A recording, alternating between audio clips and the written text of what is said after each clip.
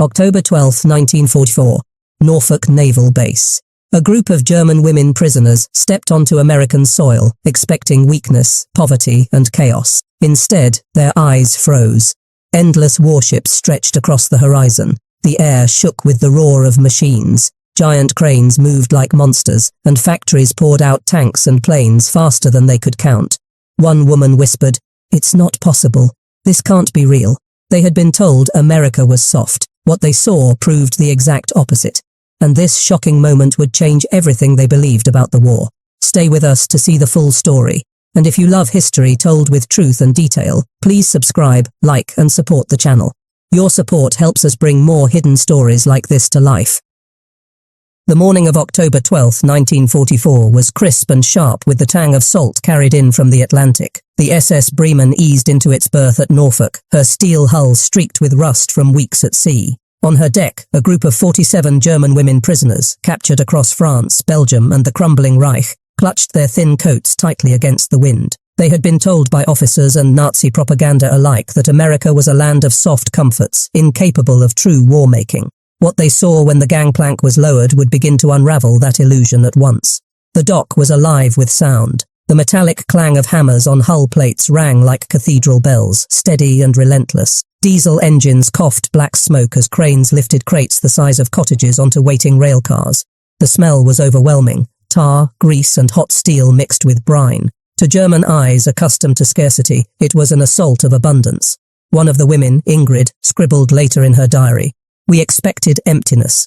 Instead, we saw a harbour more crowded with ships than Hamburg in its prime." The paradox could not have been clearer. These prisoners, trained technicians and auxiliaries, had expected to find a hollow society. Instead, before they even touched American soil, the evidence of a war machine beyond their imagining surrounded them. The Norfolk Yard alone employed over 40,000 men and women, launching a Liberty ship every 4 days. By war's end, American shipyards would launch 2,710 of them. The scale dwarfed Germany's entire wartime production. A US Navy lieutenant escorted them down the gangplank. His tone was formal but not hostile, a quiet civility that added to their unease. The women's boots clattered on the dock, and their eyes darted between lines of soldiers standing at ease and the endless background of cranes, cargo nets, and half-doors, built vessels. The silence among the Germans was heavy, broken only by the shuffle of feet and the rhythmic slam of shipyard machinery. For the Americans, this was routine. For the prisoners, it was revelation. The very air seemed charged with movement and power. They noticed details, a convoy of trucks idling nearby, their tanks full, their tarpaulins new, pallets of fresh uniforms stacked waist-high. To a people who had been rationing soap and sugar since 1940, these were signs of unthinkable plenty. One prisoner whispered, "Das ist nicht möglich." It's not possible. Another clutched her scarf tighter, as though bracing against something more dangerous than the chill wind. What they saw was not staged. It was not a tour arranged to impress them. It was simply daily American life in wartime, and that fact unsettled them more than any propaganda film could have. A Red Cross observer, present to ensure the prisoners were treated humanely, noted in his report, "The women seemed disoriented, less by their capture than by their arrival. The docks themselves appear to have communicated a power greater than force of arms." As the Germans were guided toward waiting buses, they caught a final sight of the horizon, ship masts and smokestacks stabbing into the sky like a forest of iron. It was an image that none of them would forget. But this was only the beginning. Their journey inland would take them deeper into the industrial heart of the United States, past evidence even more staggering than the docks of Norfolk. And with every mile, the contradiction between what they had believed and what they now witnessed would grow sharper still. The convoy rolled out of Norfolk just after noon, escorted by a pair of military jeeps. The buses, painted olive drab, rattled along the coastal highway, their windows streaked with sea salt. Inside, the German women sat in tense silence, their eyes drawn irresistibly to the passing landscape. They had expected to find scarcity. Instead, mile after mile, America revealed itself as an arsenal without end. The first shock came only minutes after leaving the harbour. Shipyards stretched for blocks, smoke and steam rising from gantries as welders sent cascades of sparks into the grey air.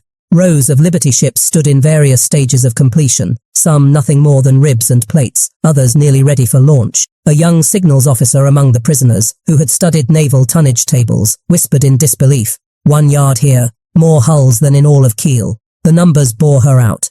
Norfolk alone produced dozens of destroyers, carriers and auxiliaries by 1944. Across the nation, US yards were producing 18 million tons of shipping annually, 6 times Germany's entire wartime output. The rhythm of hammers and rivet guns echoed through the bus windows like an industrial heartbeat. As the convoy moved inland, the landscape changed from docks to factories. Smokestacks punctuated the horizon. Warehouses sprawled across acres, their walls stenciled with names the women only vaguely recognized from intercepted American documents. Ford, DuPont, Bethlehem Steel. One prisoner later recalled, "It was as if every town was a barracks, every street a supply line. We realized then our own newspapers had lied. This was no soft, distracted people. This was a nation at war." The paradox deepened with every mile. The roads themselves seemed part of the revelation. Highways carried streams of trucks loaded with crates, tanks and spare parts. Gasoline, so scarce in Germany that doctors biked to hospitals, flowed freely here, fueling a ceaseless motion of men and material. The women smelled it as the convoy slowed, sharp, sweet petrol fumes clinging to the warm autumn air. One of the drivers, Sergeant James Foster, chuckled when he overheard a prisoner gasp at the sight of hundreds of trucks lined nose to tail at a depot. "Lady," he muttered under his breath, "this ain't even half of what's on the road." For him it was mundane. For them, it was unthinkable. At a rest stop outside Newport News, the buses idled beside a rail yard. There, long lines of boxcars and flatbeds stood ready, each stamped with white chalk indicating destinations. Pittsburgh, Chicago, St. Louis. Cranes loaded crates marked with serial numbers, and the sheer orderliness of the operation left the women unsettled. In the Reich, chaos reigned. Bombing raids disrupted shipments, shortages forced improvisation. Here, the logistics were clean, efficient, relentless. The prisoners exchanged glances, silently taking stock. Several of them were trained analysts, their value to Berlin tied to their ability to read capacity from detail. What they saw, the frequency of trains, the volume of materials, the neat stockpiling of goods, suggested an enemy whose resources dwarfed their own. One scribbled into a notebook, later recovered. "We thought America was a land of consumers. It is instead a land of producers. Every factory we pass is another nail in our coffin." And yet, paradoxically, no one flaunted this abundance. American civilians along the route went about their lives. Workers in coveralls, children playing by the roadside, women carrying groceries. There was no sense of strain or collapse, none of the hollow-eyed exhaustion that defined German cities in 1944. Instead, vitality seemed to spill from the very streets. The prisoners could not reconcile it. A nation that waged global war while still feeding its people, still clothing them well, still laying down highways and bridges as though peace had never left. By the time the convoy neared Richmond, the women were silent.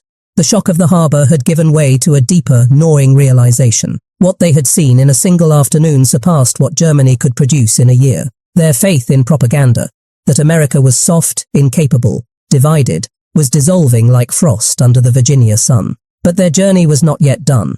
Ahead lay the camps themselves, processing centres where, paradoxically, their captors would treat them with a dignity and care they had not expected. And in that, a new revelation awaited. The buses turned off the main road at dusk, gravel crunching under the tyres as they approached a sprawling compound ringed by barbed wire. The women braced themselves, expecting filth, overcrowding, and brutality. German propaganda had painted American prisoner of war camps as little more than cages. But as the gates swung open, another paradox revealed itself. The barracks that lay before them looked more like a college campus than a prison. Neat rows of wooden buildings stood in orderly lines, their roofs tarred against the weather. Smoke curled from chimneys, carrying the scent of warm bread from a nearby mess hall. Beyond the barracks stretched tidy gardens and a field marked for recreation. One woman, a nurse named Hildegard, muttered, "Impossible. They live better here than our own soldiers at the front." Inside the processing centre, the shock deepened. Each prisoner was assigned a number, photographed, and issued fresh bedding. Then came the medical inspection. Dr. Elizabeth Crawford, a Navy physician, conducted examinations with brisk professionalism. She checked teeth, listened to lungs, and noted malnutrition in nearly every case. "You've been living on 1,200 calories a day, maybe less," she told one interpreter. "Our men get twice that, even in the field." For the Germans, the contrast was humiliating. Back home, rations had dwindled to thin slices of black bread, ersatz coffee, and watery stews. Here, even prisoners were measured for proper shoes and vaccinated against disease. Ingrid later wrote in her journal, "They treat us like patients, not enemies. It is an insult and a mercy both." The paradox did not end with food or medicine. That evening, the women were led to their barracks, where clean cots with wool blankets awaited them. Soap and towels were stacked in neat piles by the washroom. A Red Cross representative explained that under the Geneva Convention, prisoners were entitled to basic dignity. The Germans stared in disbelief. Their own government had signed those conventions, yet Soviet and French prisoners in the Reich starved in open fields. Numbers tell the story starkly. In American camps, German POWs received an average of 3,500 calories daily, more than many US civilians during rationing. In German camps, Allied prisoners often starved on fewer than 1,000.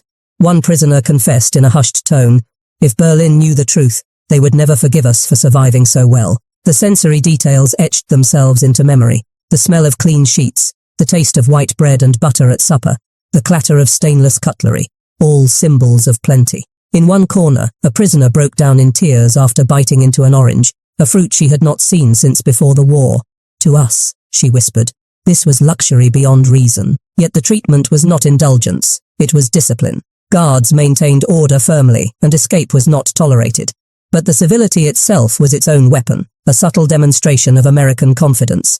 As one US officer remarked, "We can afford to treat them well, we are not afraid of them." The women lay awake that first night, listening to the low hum of a generator and the distant bark of guard dog. For some, it was the first uninterrupted night of rest in months. For others, it was torment. To be shown humanity by the enemy made the Reich's brutality harder to justify. But what they had seen so far, the harbour, the highways, the barracks, was only the surface of America's power. Soon, they would hear voices crackling across open radios and telephone lines, revealing something even more disorienting. A war effort coordinated with a reach that defied imagination.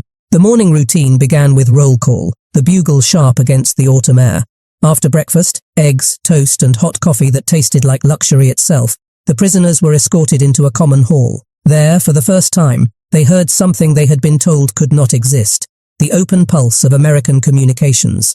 Radios hummed, telephones rang, and the steady clatter of typewriters filled the air. For women trained in signal work, radar and logistics, the soundscape itself was a revelation. They leaned forward, ears sharpened. Through the static of a shortwave set came voices speaking in clipped English, weather updates from Kansas, shipping manifests from New Orleans, naval traffic off the Pacific coast.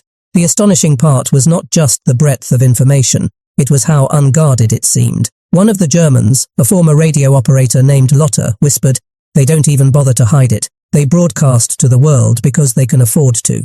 In the Reich, secrecy was everything. Lines were tapped, codes were cloaked, paranoia governed every transmission. Here, the openness was both confusing and terrifying. A US Army sergeant noticed the women's rapt attention and explained casually, "This is just routine. We've got thousands of stations, thousands of lines. Every state, every base, every ship. We're all connected." He shrugged as though describing nothing remarkable. But for the prisoners, it was staggering. Germany's fragmented networks, crippled by bombing and constant shortages, could barely maintain communication across its shrinking MP.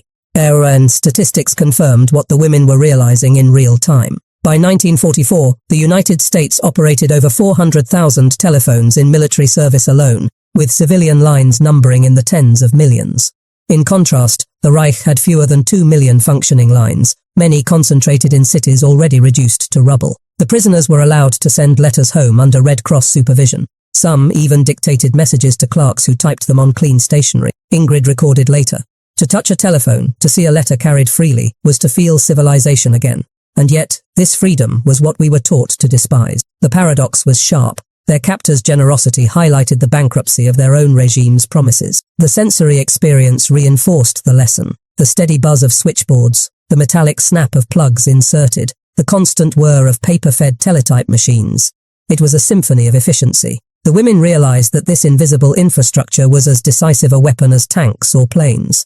Wars were not only fought with rifle, they were won with coordination. Hildegard, the nurse, later confessed in a post-war interview, "I had believed America was disorganized, lazy, without discipline. Instead, I saw that even their voices had order. The war lived in every telephone line, every radio wave. It was inescapable. But the Americans were not showing off. To them, this was routine administration. The very normalcy of it rattled the prisoners most of all. If this was the background noise of a single camp in Virginia, what must the full network of the United States sound like? That evening, as the women returned to their barracks, the paradox weighed heavily. They had been captured soldiers, expecting humiliation. Instead, they were being given glimpses of a system so vast it seemed casual in its power.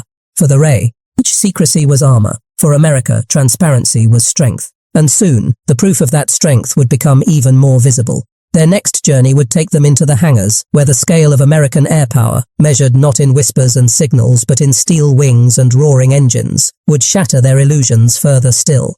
The first thing they noticed was the smell, thick with oil, rubber and gasoline, a scent so strong it clung to their clothes long after they left. The convoy of buses pulled up beside an enormous corrugated hangar, its doors yawning open like the mouth of some colossal beast. Inside, wings gleamed under overhead lamps, engines hung from cranes, and teams of mechanics swarmed over fuselages with a precision that looked almost rehearsed. For the German women, most of them raised on tales of Luftwaffe superiority, the sight was a shock. In their minds, German aircraft, Messerschmitts, Junkers, Focke-Wulfs, were still unmatched. Yet here stood rows of American bombers and fighters, not hidden away in precious secrecy, but out in the open by the dozens, perhaps the hundreds. A sergeant named Michael O'Brien, tasked with escorting the prisoners, walked them down the hangar floor. He was a cheerful Irish-American with grease on his sleeves and no sense that he was revealing anything remarkable. "This one here," he said, slapping the flank of a B-24 Liberator, "can be replaced in 3 days if it's lost. 3 days, ladies, that's how fast we turn 'em out." The words landed heavier than any bomb. 3 days. In Germany, aircraft factories were shattered by Allied raids. Spare parts were scarce. Engines often took weeks to assemble. Some planes were cannibalized just to keep others flying. Here, the idea that a lost bomber was simply a line item to be filled staggered them. Numbers backed up O'Brien's boast. In 1944 alone, the United States produced 96,000 aircraft, more than Germany built in the entire war. At its peak, a new plane rolled off American assembly lines every 5 minutes. The contrast was obscene in its scale. The sensory details made the revelation undeniable. The rhythmic pounding of rivet guns echoed through the hangar like machine gun fire, but instead of destruction, it created power. The air shimmered with heat from arc welders. Mechanics shouted to one another over the roar of test engines. The very floor vibrated with industry. One of the prisoners, Lotta the radio operator, muttered, "So many, and still more coming." Her voice trembled not from fear of the guards, but from the sheer realization of what she was seeing. Hildegard, the nurse, confessed in her journal, "Our leaders told us America was weak, unwilling to sacrifice." Yet here, sacrifice was invisible. It was production, not desperation. What struck them most was the casualness of it all. Workers joked, shared cigarettes, and wiped sweat from their brows, as though assembling aircraft was just another day's labor. To the Germans, who had been told every German worker was pressed to their absolute limit, this ease was unnerving. How could a people so relaxed produce such overwhelming force? O'Brien, noticing their awe, leaned closer and said with a grin, "You think this is big? You should see Detroit. This hangar is nothing but a drop in the bucket." He chuckled and walked away, leaving the women in silence. The paradox hung heavy in the air. For the Reich, every lost plane was a national tragedy. For America, it was an inconvenience remedied in days.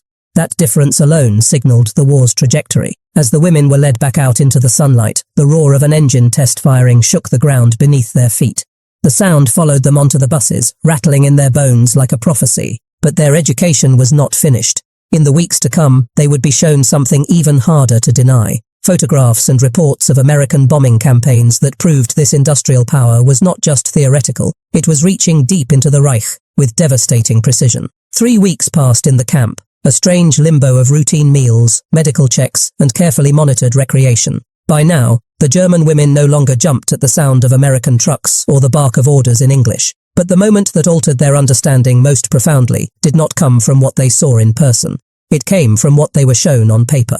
One morning, they were gathered in a small hall where US intelligence officers spread photographs across long wooden tables. The pictures were black and white, crisp and devastating. They showed German cities from the air, factories before and after raids, rail junctions in tatters, synthetic fuel plants cracked open like eggshells. "This," said one officer in a measured tone, tapping a photo of the lunar works near Mersburg, "produced most of Germany's aviation fuel, or rather, it used to." The image beside it showed twisted steel, shattered pipelines, and plumes of smoke frozen mid-rise. The women leaned over the photographs in silence. They had been told by Nazi broadcasts that Allied bombing was random, clumsy, and largely ineffective. Yet here was evidence of something precise, calculated, and relentless. One after another, the photos reinforced the point. A ball-bearing plant in Schweinfurt reduced to rubble. Bridges across the Rhine snapped like matchsticks. Rail yards in Cologne littered with craters. A prisoner named Marta whispered, almost to herself, "So that is why our trains never come." Statistics confirmed the pictures. By mid-1944, Allied bombers were dropping over 200,000 tons of explosives on Germany every month. Aircraft losses were high, but American production, those hangars of bombers they had already seen, made the losses sustainable. Germany, meanwhile, could not replace its fuel or machinery. Every blast photo laid bare the truth. The Reich was bleeding out under skies it could no longer control. The sensory impact was undeniable even in still images. The women studied the jagged white scars of bomb craters against blackened earth, the skeletal remains of factories once buzzing with life. One wrote in her diary later, "I could almost smell the smoke rising from the paper." What shook them most was the casualness with which the officers presented the images. This was not theatre for their benefit. It was routine analysis, something the Americans sifted through daily. To the prisoners, each photograph was a dagger. To the officers, it was just another report in a stack of thousands. One officer explained without malice, "We don't need to destroy everything. Just the fuel, the bearings, the bridges. When those are gone, your armies can't move." His words were clinical, but to laid a fresh set of photographs on the table. These were even more recent. Rail depots in Frankfurt Row, reduced to rubble, columns of smoke from Hamburg that seemed to stretch into the sky forever. The contrast between the smuggled letter and the stark images could not have been sharper. For the first time, one of the prisoners, Greta, who had been silent for weeks, spoke firmly. "If Germany has such weapons, why do they not stop this?" She tapped the photo with a trembling finger. The silence that followed was heavier than any guard's command. That night, few of them slept. The sound of distant engines from a nearby training airfield rolled through the darkness like a reminder. Their dreams were filled with smoke, factories collapsing, and the nagging thought that perhaps loyalty had become nothing more than a habit of fear. The letter had intended to steal their faith. Instead, it cracked it further. The question of what to believe no longer had an easy answer, and in the weeks ahead, as American guards began allowing more controlled visits into local towns, the contrast between propaganda and reality would deepen until denial was no longer possible. Spring 1945 brought with it a strange silence. The barracks that had once buzzed with rumour and disbelief grew quieter with each passing day. Newspapers, deliberately left in common rooms by American officers, announced the fall of one German city after another. Cologne, Dresden, Frankfurt. Each headline was a nail driven into the coffin of certainty. By April, whispers reached even the German women POWs. Hitler was dead. The Reich, which had claimed it would last 1,000 years, had collapsed in barely 12. The women sat on the wooden bunks, staring at one another, unable to reconcile the world they had been raised in with the world they now saw crumbling. Ingrid wrote in her diary, "We came here as soldiers of a nation that believed itself destined to rule Europe. Now I see only that we were children, fed stories, while America was building a world beyond our comprehension." The US Army began preparing the prisoners for repatriation. The women were issued clean uniforms, medical checkups, and rations for the voyage home. Some wept at the thought of seeing family again. Others feared what awaited them in a defeated, starving Germany. For all of them, the journey carried a haunting paradox. They were leaving behind comfort and order in the land of the enemy, returning to chaos in their homeland. Before departure, a Red Cross officer presented Ingrid with a decision. She could carry a message home, not a personal letter, but a report to German authorities. Washington had debated the risk. Would her words be dismissed as enemy propaganda, or could they serve as proof of the futility of resistance? Ingrid's account was brief but unflinching. America's strength is not a lie. It is everywhere. In their machines, their factories, their food, their unity. To continue this war is madness. When the ship carrying them docked in Bremerhaven, her report was sent up to he chain of command. The reaction was predictable. German offered prisoners, they carried the weight of inevitability. Ingrid wrote afterward, "It was not hatred that defeated us. It was arithmetic." The paradox was stark. German propaganda painted America as reckless and chaotic, yet what the women saw was cold, disciplined precision. When the session ended, the women walked back to their barracks under a sky streaked with contrails. For the first time, they felt as though the very clouds belonged to the enemy. The Reich had told them the skies were theirs. The truth was written in smoke above their heads. But this new knowledge carried a moral dilemma. Should they keep silent, protecting the illusion their country still clung to? Or should they speak, risking accusations of betrayal? That question would come to a head with the WWII of a letter, one that would test both their loyalty and the Americans' willingness to expose the truth. The letter arrived on a grey afternoon, slipped under the door of the barracks like contraband. It bore no official stamp, only a faint pencil scrawl across the envelope. Hildegard, the nurse, picked it up first, turning it over in her hands. When she unfolded the paper, the women crowded around her like moths to a flame. It was from another German POW camp in the United States, smuggled through a network of prisoners who had found ways to communicate. The message was short, written in hurried German script. Hold fast. The Reich is pushing back on all fronts. New weapons will change the war. Do not believe what the Americans show you. Victory is near. The words echoed the same promises they had heard before capture. Yet now, after the hangar and the photographs, the sentences rang hollow. The letter's tone of desperation was louder than its bravado. Lotta, the radio operator, shook her head. If we were winning, they would not need to write this. But Hildegard pressed the paper flat on the table, frowning. Still, it is what our families are being told back home. What if they believe it, while we know something else? The tension in the room thickened. Their lives in camp were already shaped by paradox. Treated better by their captors than by their own regime, fed regularly while their families starved, shown truths that contradicted the Reich's ironclad propaganda. Now, the letter threatened to drag them back into the shadows of belief. That evening, an American lieutenant, one of the officers who had shown them the bombing photos, addressed the women. He had the letter in his hand, clearly intercepted. You don't have to believe me, he said, his German halting but clear. But you should know this. We do not show you lies. We don't need to. He then dismissed it outright, labeling her either a traitor or a gullible woman seduced by American trickery. The truth was too large to fit into their shrinking ideology. But for the women themselves, the truth could not be erased. They had seen aircraft rolling off assembly lines faster than they could be destroyed, had eaten meals more abundant than their families could dream of, had walked streets where children played without fear of air raids. What they carried back was not just memory, but comparison, a living contradiction to everything the Reich had promised. Years later, some of them would tell their children and grandchildren about that surreal journey to America. They did not speak of humiliation, but of awakening. They recalled the clang of shipyard hammers, the endless rows of tanks, the freedom of speech they overheard in every cafe and street. These were impressions that no photograph or speech could erase. They had come as prisoners of a regime that called itself invincible. They left as witnesses to its delusion. And in the end, it was not America's bombs that most unsettled them. It was America's abundance, its relentless capacity to create, and its refusal to bow to scarcity. This wasn't propaganda. This was reality. They had come as conquerors. They left as students. In the final tally, America's greatest weapon was not its arsenal, but its proof that freedom, when matched with industry and will, could outbuild any tyranny,